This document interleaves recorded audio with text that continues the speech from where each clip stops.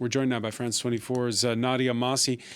Nadia, of course, there have been these salvos exchanged across the northern border all week, sometimes with Palestinian militant groups, which is not the same as Hezbollah. No, that's right. But either way, things are heating up on the Lebanese-Israeli border. There's been exchange of fire on a pretty much near daily basis since that Hamas attack in Israel last Saturday. The latest, just to remind our viewers, is Hezbollah says a fighter was killed, one of its fighters, by Israel. It's given us his name, but they haven't given us any details as to what they say happened to that fighter. Also today, 2 Lebanese civilians killed in the village of Sheba. Worth saying that is distinct from the Sheba Farms. The Sheba Farms is an area which Israel annexed in 1981. Israel claims it, Lebanon claims it as well. It's a contested area within the Golan Heights, historically also part of Syria. There as well, Hezbollah shelling Israeli positions, they say earlier today. So this is tit-for-tat violence. As you saw in that report as well, a Lebanese journalist killed on the border yesterday.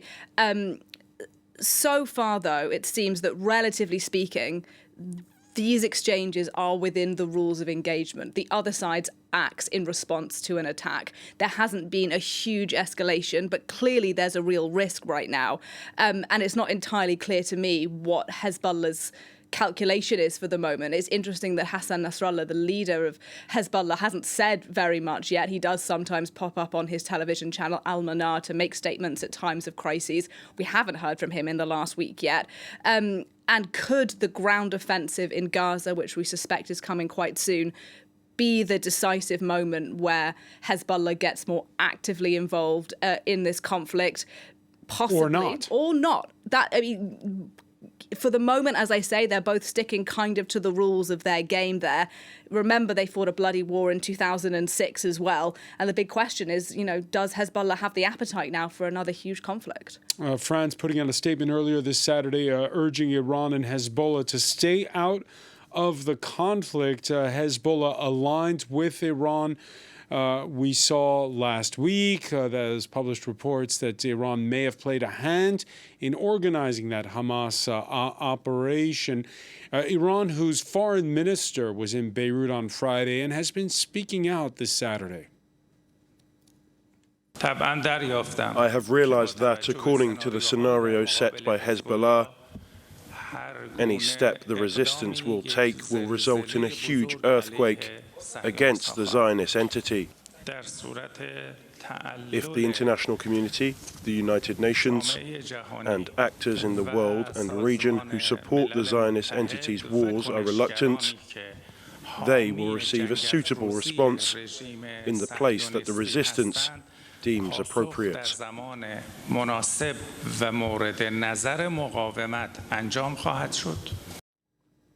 And this is where it becomes not just Israel against Palestinian militants, but something that is broader, right? When you start talking about Iran, the United States on the other side.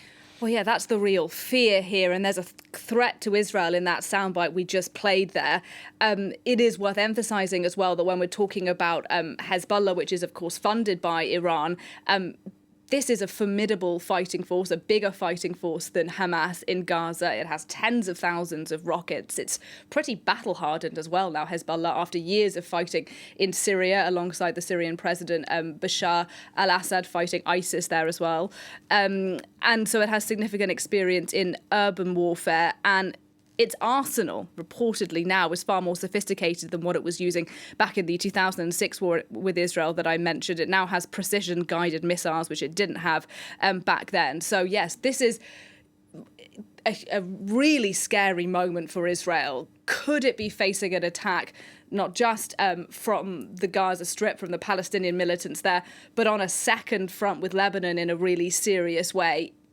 Israel does have troops on its northern border with Lebanon, but nothing like on the scale that it does at the Gaza border. So I think, the idea of a second front is a real nightmare scenario for the Israeli army. They're trying to do everything possible, I think, now to stop that from escalating. That's why we're seeing these tit-for-tat exchanges, but not a huge escalation. Clearly, though, the risks are there, and something could spiral out of control very easily. We hope not, but we'll see.